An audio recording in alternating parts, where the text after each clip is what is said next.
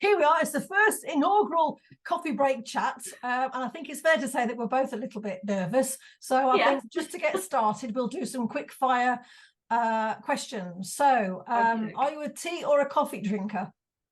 Oh, it depends what time of the day. First thing when I wake up has to be tea to get me going, otherwise I'm just a bit of a zombie. Then coffee right until midday, and then gallons and gallons and gallons of Earl Grey tea through the afternoon.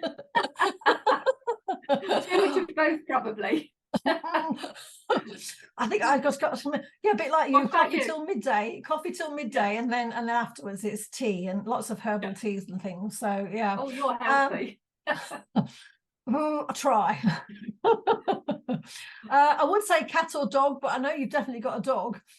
I have got both, actually. Yeah, love both cats and dogs. So yeah, I have both. Both lovely.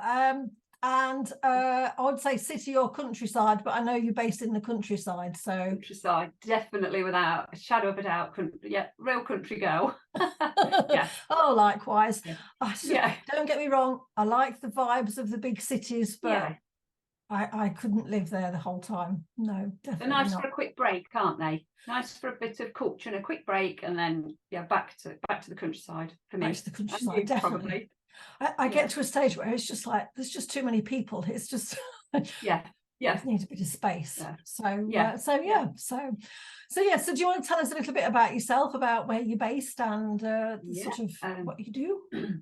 Okay, so well, first of all, thank you for asking me. I'm absolutely delighted you've asked me to come on, especially to your first one. I feel really privileged. Thank you very much.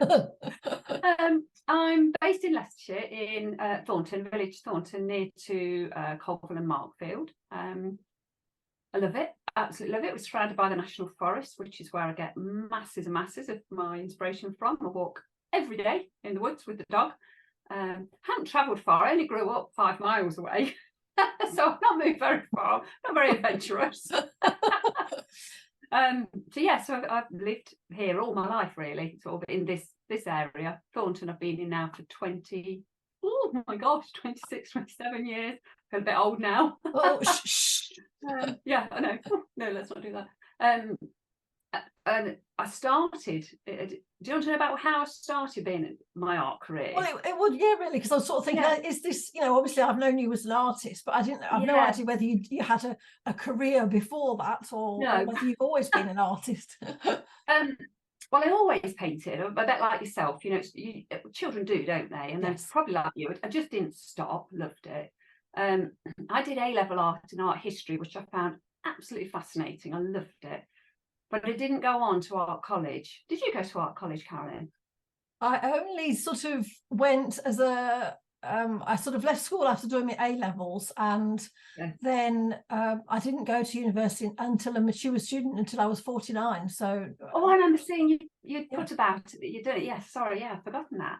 Well, I didn't go down that route. At the time, what was available at the for degrees in art college, it just wasn't for me. wasn't really right for me.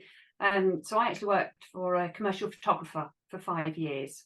So I did that for 5 years, where we did lots of the graphics for shop signs and all the displays for in stores. So I did that for 5 years.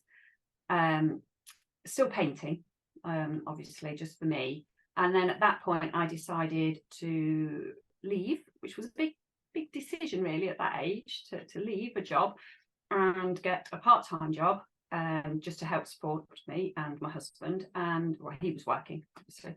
Otherwise I couldn't have done it, and concentrate on my art for the rest of it. So quite soon, really, sort of 5 years of working. So I was 23 when I left my full-time job. So I've really been doing art ever since.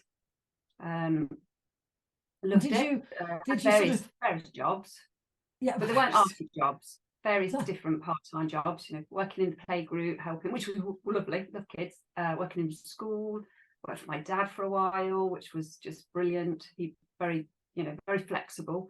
But the art I did then was so different to what I'm doing now. I did a lot of florals still, but I did lots and lots of pet portraits. So that's what I concentrated on for years. Never ever paint an animal anymore. Can't stand it anymore. Isn't it funny? Really not for me. Yeah, that's like, done that, gone. Don't like it. Yes, I did that, and then about 14 years ago, I decided to bite the bullet and advertise to teach a watercolour class for adults. And I've not looked back from it. I love it. Love tutoring classes and workshops. So I've been doing that for the last 14 years. So that's my part-time. Other work stopped. So now it turned to the part-time side of my art was the teaching, and then the other part of it was my art. So that's how it's developed and split really to where I am now. And now I've reduced my classes because it got to the stage where all I was doing was teaching and not painting. But I do love teaching, so it was a bit of I love it, I want to do more, but you can't do everything, can you? No. And then lockdown happened, and we shielded for 12 months. We didn't see people go anywhere. All the classes stopped, all the workshops stopped, all the shows stopped. And that really was my big change. That's where everything that I do now has changed with my art, because it gave me the time. You know, I know it was an awful period for everybody, but for my art, it was actually the best thing, because it gave me that time back, and I didn't have to do all the prep and go out to classes and all the admin stuff and everything else that goes on with it. Yes. And I completely changed direction with my painting, and that's when my woodland started. I didn't really paint trees before that at all. Isn't it funny? Yeah. Surrounded by trees and you don't paint them. Yeah, and I didn't until lockdown, and then all of a sudden in lockdown I think because you notice things more, don't you? I think at that point, because we'd only go out once a day, it was like, I don't know about yourself, I noticed everything. All sorts of things that had almost just gone by before and just not observed.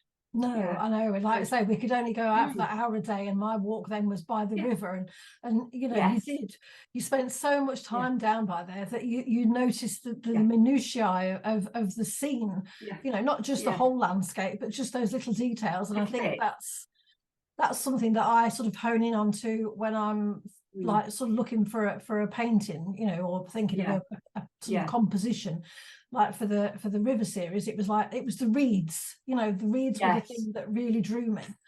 I love your river series. love your paints of your river series, and the big ones coming up. I do, I love them. Thank you. Yes. Yeah. But it's like you say, you know, and I did notice like during, because I get what you're saying about teaching the classes. I mean, I've never taught like painting or anything, but having worked in a school, and you do sort of see all the prep beforehand, and then there's all the, you know, sort of getting it ready and everything, and then there's the lesson, and then there's the tidying up and the admin and everything afterwards. And it does take a lot of energy out of you, doesn't it? You know, even though the interaction's physical great, and mental. It sort of takes so much energy. And like you say, you were then able to use sort of all that energy you could then pour into your own art, couldn't you, during lockdown? So yes, while it wasn't the best time. No, I'm not saying it was the best time, because it really wasn't. But definitely my art it was. Yes. So you sort of concentrated more on obviously painting your woodlands, which I think what I like about those is the light that you captured. I mean, it's like some of your other landscapes, and I was going to say, like, I will put some of your images up when I do this on my Substack. Thank you. I think what I notice in your landscapes, especially like you obviously, I know you've got this thing going on where you want to paint like on every isle of the British Isles. And I think it's the light that you manage to capture, like across the sea or across, you know, the morning or the mountains, or in the woodlands, especially where it's a flickering light, or it's that autumn light. And I think that's what you do so well in your paintings. Thank you very much, because that's what I try to portray. So that's really lovely if you think that's what they like. So thank you. Made my day. That's it. You see, mission accomplished. That's it. I've peaked. So is this something, you know, the light that's always drawn you? Is this what you look for in other painters or artists' work? Because what artists inspire you? Oh, what's it like? It's a big question, isn't it? It's where so many. There's just so many. For watercolours, I'd say, although he's no longer alive now, it was James Fletcher Watson. I don't know if you've seen any of his watercolours. They're just beautiful. They're more somber colours than perhaps I tend to go for in art, but I love the way that he uses watercolor, and the simplicity of it. You know, he'll use a brush stroke just to suggest a tree, and he didn't fiddle or go back and overwork it, which, you know, try really hard not to do. Yes. He just seemed a complete master at it. I'm sure he had his failures that you didn't see, but he just seemed a complete master at it. So his work, and he always captures light, I think, nicely. But the other one who I think for watercolors who really captures the light for me is David Parfitt. Don't know if you've heard of him. Yes, heard of it. Yeah. Oh, his landscapes, or well, any of his work, to be honest, I just love all of it. He gets such rich, good darks with his watercolors, but they're still look clean. They don't not muddy.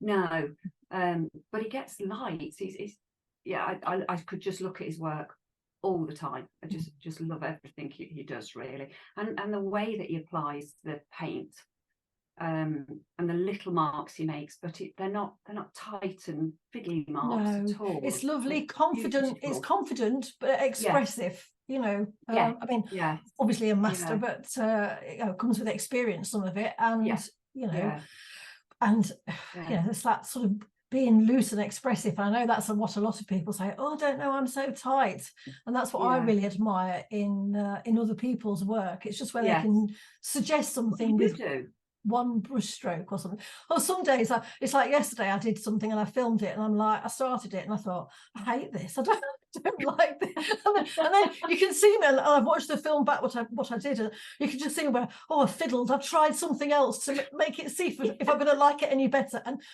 so I've left it in the studio. I haven't been back to it yet to look at it to see whether I like it any better today. You might like it better today. You might. Sometimes I do, and I think, it's rubbish, I don't like it. I know. And then you go back and you think, actually, it's okay. Maybe that's it. It's just, it was so funny because I was like, I'd done it, and then I was like, I'm gonna just move the paper back, and I don't care how I do it, and I'm gonna draw and scribble, and it's like. So that one. So I'm sure that David has his, like you say, I'm sure there's still a little pile somewhere that he has as like, learning paintings. That's what we call them. What you learn from. So we know that walking, well, obviously because you have to go out and walk your dog, but and obviously you live in the National Forest, which I do know, because obviously we used to live near there ourselves, and you know, I think what's great for me is walking every day. You see the change in seasons, and I know that this is something that you obviously portray in your work. Yes, very much. I try to. I was just going to say, what's your sort of process? Do you, because I often get asked, you know, do you sit out there with your sketchbooks the whole time? And the truthful answer is, well, no, not all the time. Sometimes I just walk, sometimes I just sit. So I don't know, what's your process? I'm like you. Sometimes I walk and sit. In fact, if I'm honest, when I'm at home, most of the time it's just walking.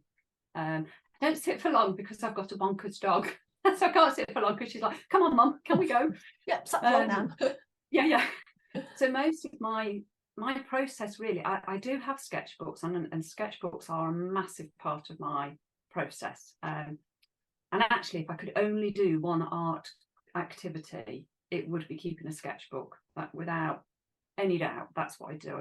I love having a sketchbook. But with going out to paint and gathering reference, really the only time I really do it regularly is on holiday. And I always do. When we're away, I have holiday books, and I'll always sketch. And you mentioned my islands, because I'm trying to visit all the inhabited islands of the British Isles, which, when I set the challenge a few years ago, I had no idea quite how many islands there are. There are loads, Carolyn, there are loads.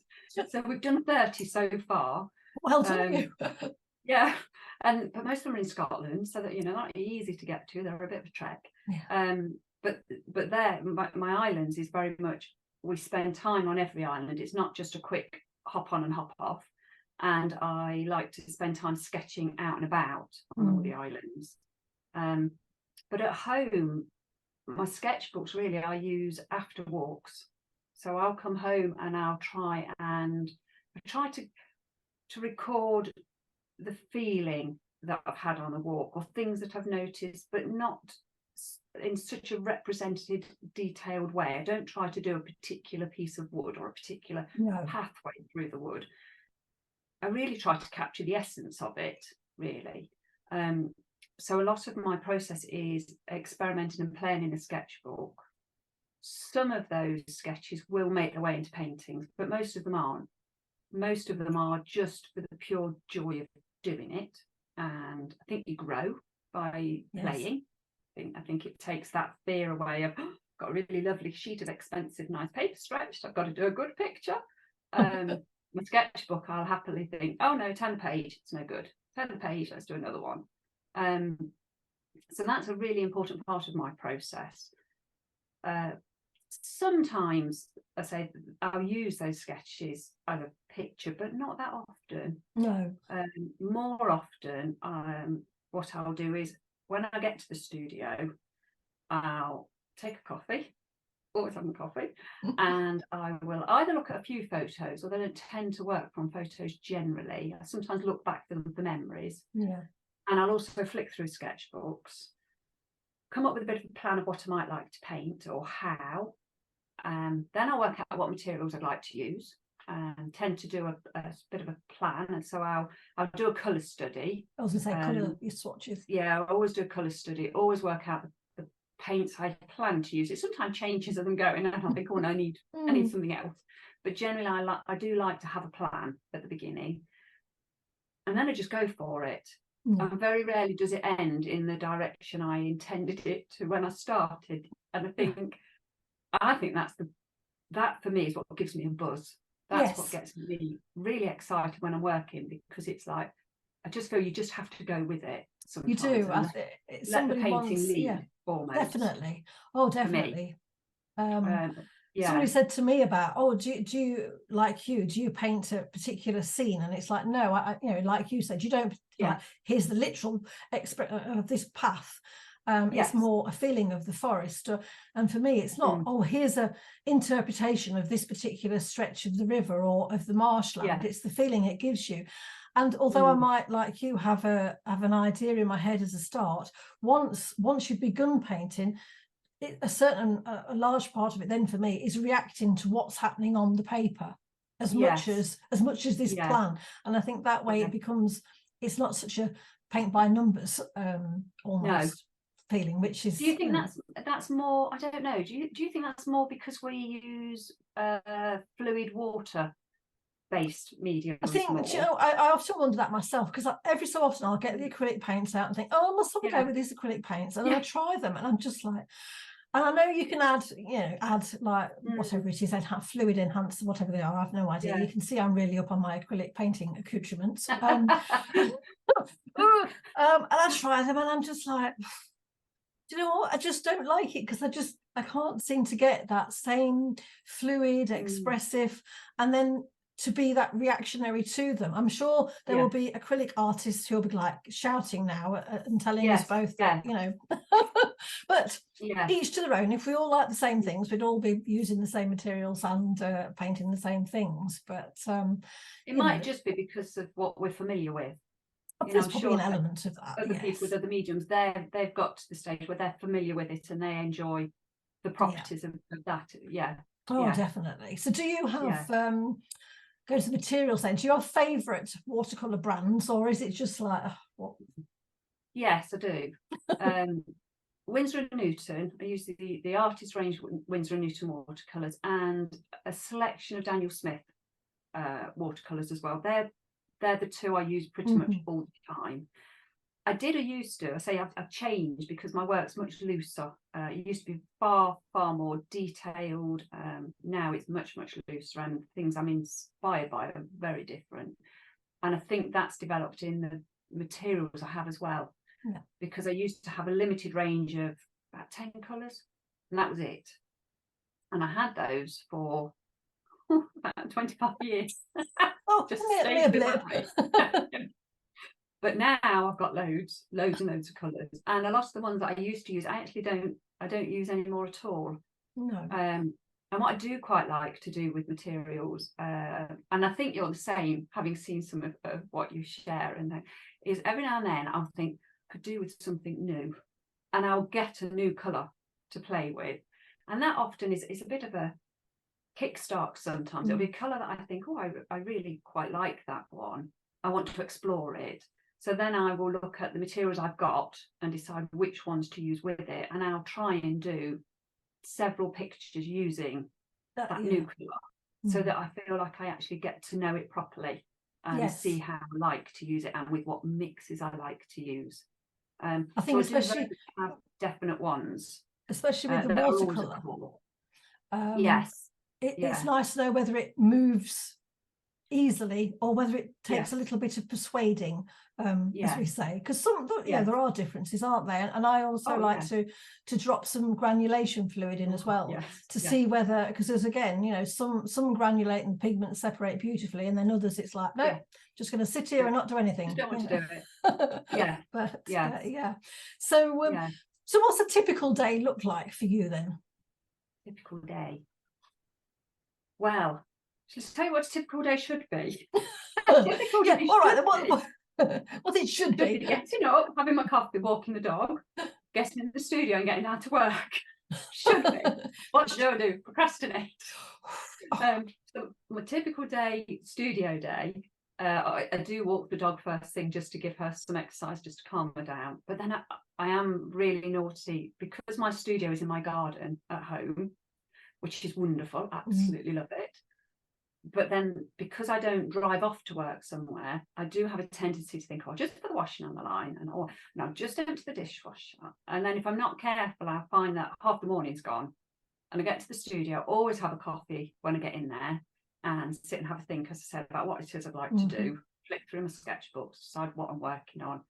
Or if I'm already working on something, I'll sit and have a coffee and have a think, where am I going with it, if I'm on the go already.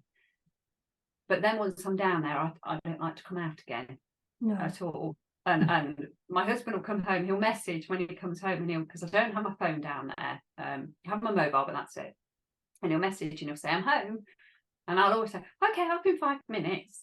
And then an hour later, he'll say, are you coming home this evening? I'll be like, oh yes, 5 more minutes. And then I'll get another message. So I'm a bit of a devil. Once I'm in, I could just keep on going till all hours. Once I'm working, once you're there, it's just getting you there to start with. Get me going. I'm really naughty, and I'm sure you find the same. The admin side of everything eats my time.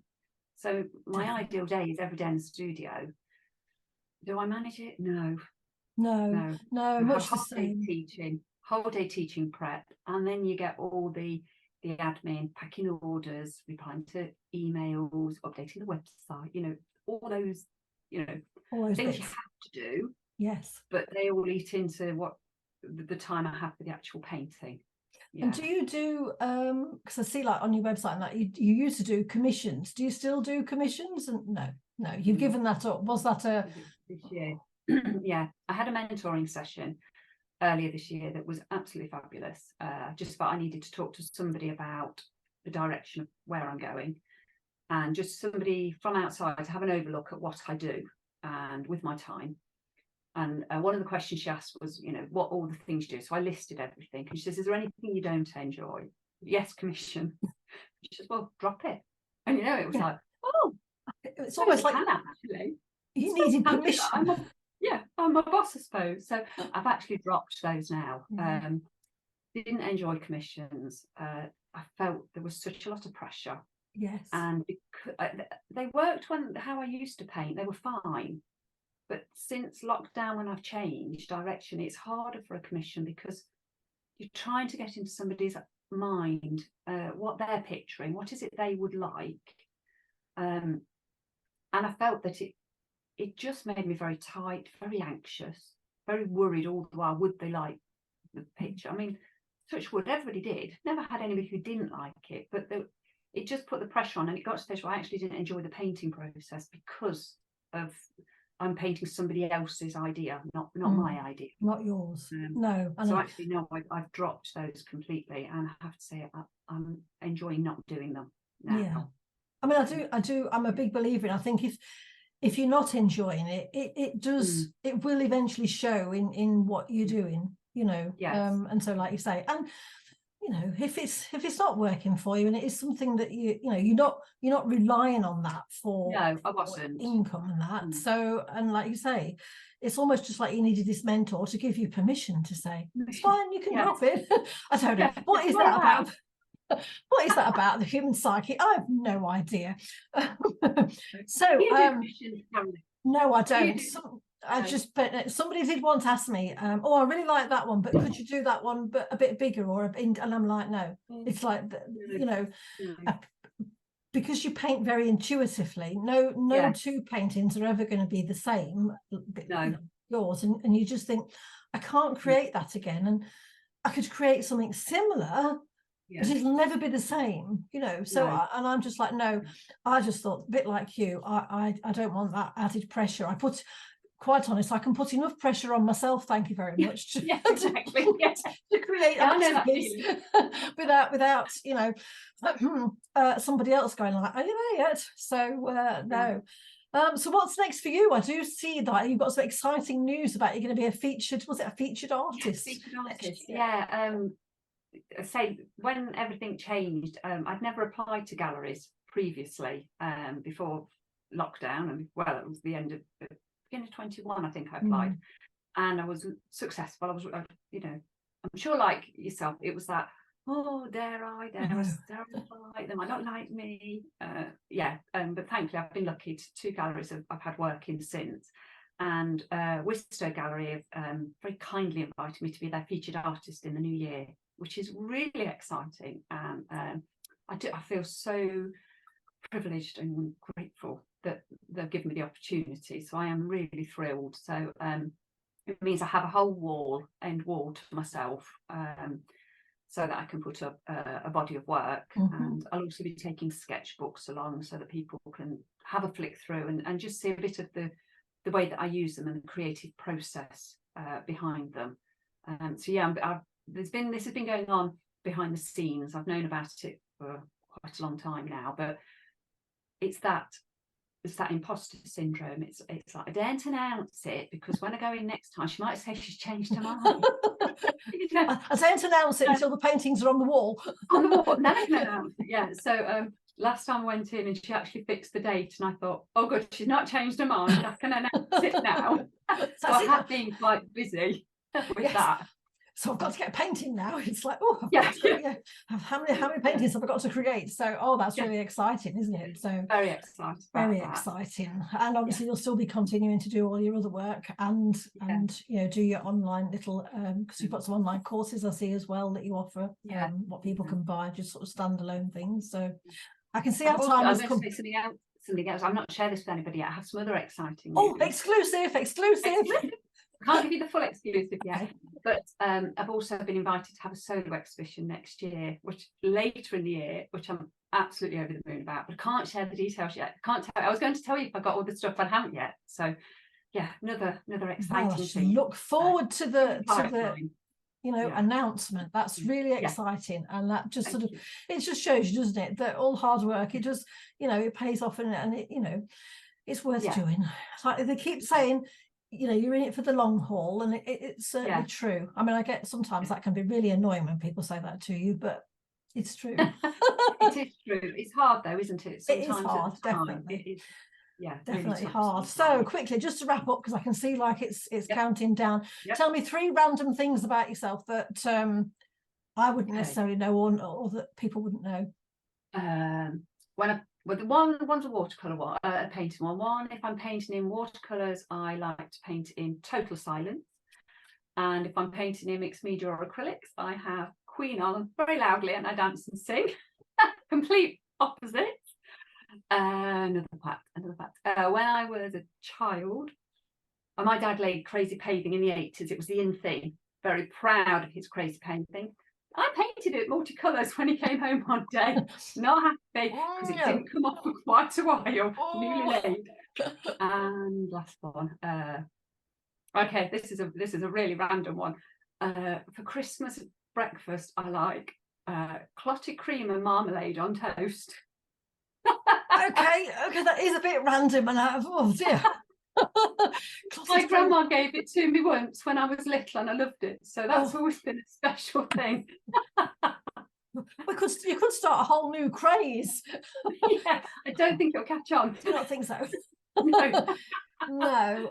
Marmalade and toast, yeah, probably I'd go for, but clotted cream. I like clotted cream, Carolyn, it's lovely. Oh, Right. Pack on a plate. I was going to say, the cholesterol levels have just gone through the roof thinking about it. Well, I'll just, we'll sort of wrap that up there. And I'd just like to say thank you very much for being the inaugural guest over our coffee break chat. Thank you. Look forward to seeing if we can pop over sometime and see the Wistow exhibition when it's all up. And we shall await with bated breath the announcement of your further exhibition. That sounds really exciting. So thank you very much. Thanks so much. It's been an absolute pleasure.